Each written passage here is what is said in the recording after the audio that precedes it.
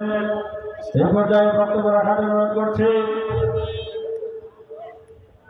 বাংলাদেশ জাতীয় দল ভবানীগঞ্জ পৌর শাখার সম্মানিত সাবেক ছাত্র দলের সাধারণ সম্পাদক,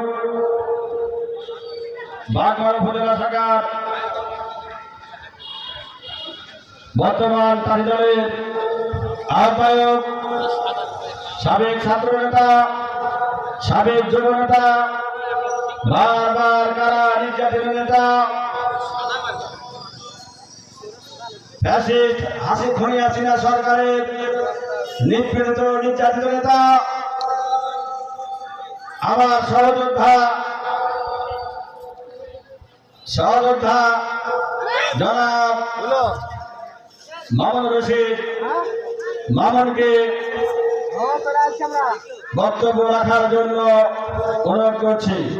জনাব মামুন রশিদ মামুনকে আহ্বায়ক তাঁতি দল তাকে বক্তব্য রাখার অনুরোধ করছি।